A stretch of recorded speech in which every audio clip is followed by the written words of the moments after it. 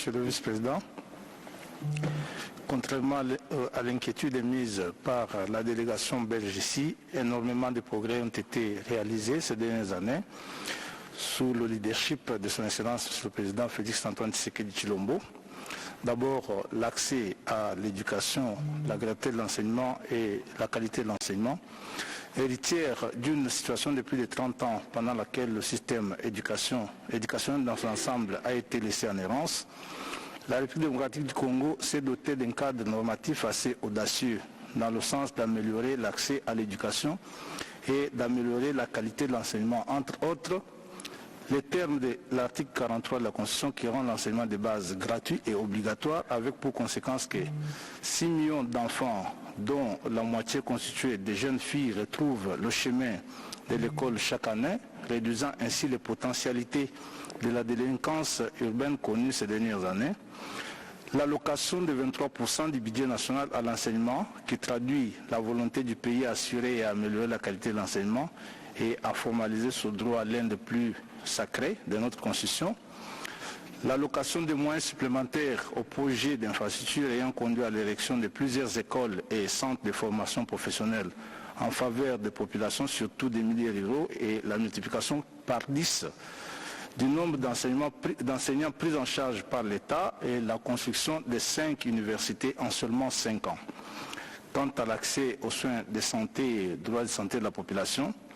il y a cette politique généralisée de gratuité de la maternité et des soins de santé pour les tout-petits qui a été adoptée, et la mise en œuvre sur toute l'étendue de la République et le principe de l'universalisation de l'accès à la santé pour tous en cours d'implémentation. En ce qui concerne l'abolition de la peine de mort, on peut noter que la République démocratique du Congo est par essence un État abolitionniste. Depuis bientôt 50 ans, elle n'a pas exécuté la peine de mort, bien que consacrée par sa législation pénale, à l'exception de quelques cas perpétrés sous la coupe de troupes rwandaises lors de la gouvernance de la rébellion de 1997. La levée du moratoire sur la peine de mort est une mesure administrative qui n'a pas changé cette vocation. Elle se justifie dans un contexte d'une criminalité imbriquée, plus précisément d'une impunité généralisée dans les zones de conflit, en particulier, et des violences urbaines. Depuis la levée de ce moratoire, aucune exécution n'est constatée et le Parlement congolais travaille sur des mesures permettant d'éviter toutes sortes d'abus en cette matière. Sur ce qui est de la protection de l'environnement et des espèces naturelles et la lutte contre le changement climatique, c'est des principes auxquels la République démocratique du Congo tient absolument, malgré les abus actuels commis par l'armée rwandaise, plus précisément dans le parc de Virunga, où des espèces protégées sont livrées à des pillages inacceptables. La République démocratique du Congo s'inscrit dans la droite ligne de la lutte contre toute forme d'atteinte à l'environnement à travers ses instruments juridiques légaux, la protection de l'environnement et des espèces naturelles telles que prônées par ce pays, qui consiste à éradiquer toute atteinte ou à l'impossible à les réduire au maximum. C'est après avoir épuisé tous les mécanismes d'éradication et de réduction de toute forme d'atteinte à l'environnement que l'administration étatique applique le principe pollueur-payeur, notamment dans le cadre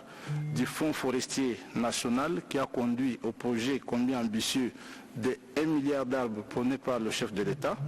mais aussi l'article 53 de la Constitution prône ce principe comme un principe irréversible de nos politiques nationales. Il y a eu dans les lignes la création de l'inspection des mines et l'Agence congolaise pour l'environnement. En ce qui concerne la législation et l'adoption des lois par le Parlement, depuis l'avènement de la nouvelle Constitution, la législation congolaise en matière de droits de l'homme est l'une des plus révolutionnaires, si pas du continent, mais du monde.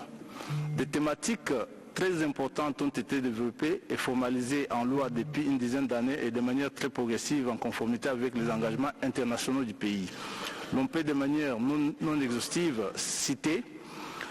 la loi portant institution, organisation et fonctionnement de la Commission nationale des droits de l'homme, la ratification de la Convention nationale des droits de l'homme, la ratification de la Convention nationale sur les droits de l'enfant, la réforme du code pénal qui redéfinit la notion de viol afin de protéger les filles de mariage précoce et non consenti, l'adoption des lois sur les peuples autochtones, la loi relative à la protection de la responsabilité défenseur des droits humains, la loi sur la protection des personnes vivant avec handicap, la loi sur la protection des personnes vivant avec le VIH-Sida et la loi sur la modalité d'exercice des libertés de presse, qui constitue un socle important de la volonté du pays dans son ensemble à faire triompher la cause des droits de l'homme. Quant au discours de haine qui n'existe nulle part en RDC, il n'est qu'une surenchère publicitaire des prédateurs de nos richesses qui tentent de s'attirer la sympathie internationale dans leur entreprise d'agression et de violation de tous les préceptes du droit international.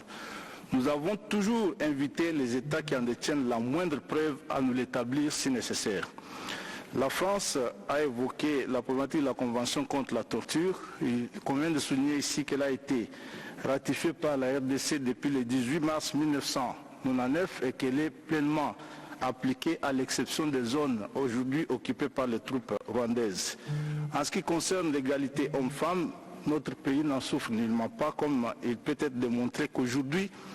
la Banque centrale du Congo est dirigée par une femme, le gouvernement est dirigé par une femme, le Conseil d'État de la République démocratique du Congo est dirigé par une femme,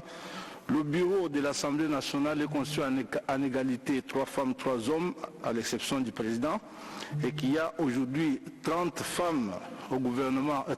des femmes au gouvernement de la République démocratique du Congo, qui démontrent l'importance et la place reconnue à la femme dans nos institutions. Je vous remercie.